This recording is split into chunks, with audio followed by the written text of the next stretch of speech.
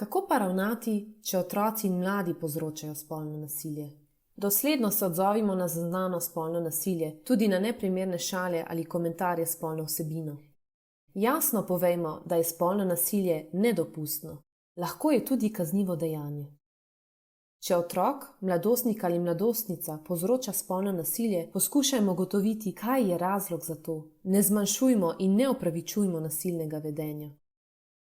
Pogovorimo se o tem, kako konkretno bodo v prihodnje ravnali, da ne bodo ponovno povzročali spolnega nasilja. Naprimer, da bodo prenehali z ravnanjem, ob katerem je druga oseba v stiski, da bodo preverili, če imajo privolitev za spolno aktivnost. Če potrebujejo dodatno pomoč, da ne bi ravnali nasilno, jim jo zagotovimo.